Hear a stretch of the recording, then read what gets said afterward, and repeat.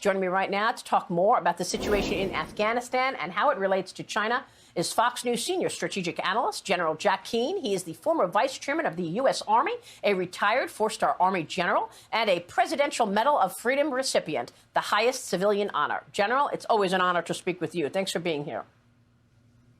Delighted to be here, Maria. Well, what was your take on the fact that President Biden sits there at the UN General Assembly on the world stage and does not recognize the threat of China after a year that saw the CCP invade India, killing soldiers, invade Hong Kong, start throwing around their national security law, putting people in jail, freedom fighters like Jimmy Lai, as well as the continuation of bad behavior on the U.S., from stealing intellectual property to bullying its neighbors. And yet it did not come up in Joe Biden's UN speech.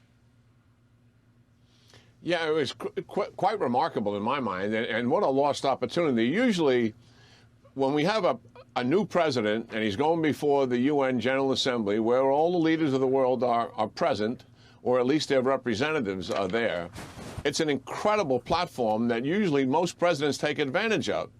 And before that platform, given the debacle that took place in Afghanistan just such a short while ago, and the whole world watched that, and the United States' competence and resolve was brought into question, I think that's indisputable, and certainly people had that on their minds. This was an opportunity for the President of the United States. He's making the claim that we're returning to the world stage as a global leader, and therefore deal with the United States' competence and resolve. Lay out the strategic framework on how we're going to deal with adversarial nations who are destabilizing the world order, China, Russia, and Iran. And also, I think, come straight out and deal with Afghanistan in terms of U.S. commitment and U.S. resolve going forward, and admit that there had been some mistakes made. But the fact that our allies are sitting there, think about our allies in Indo-Pacific region. And I've been out there and talked to many of them.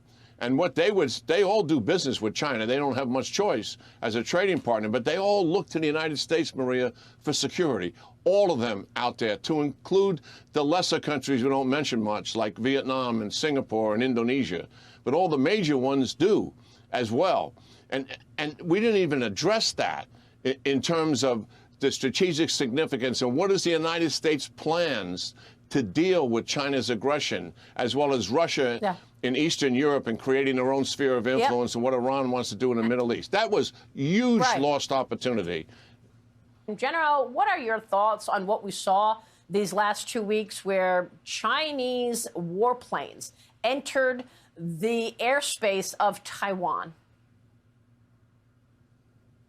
Yes, very significantly. The numbers involved and the frequency of it has outstripped anything we've seen in the past. And it clearly is a result of what took place in Afghanistan.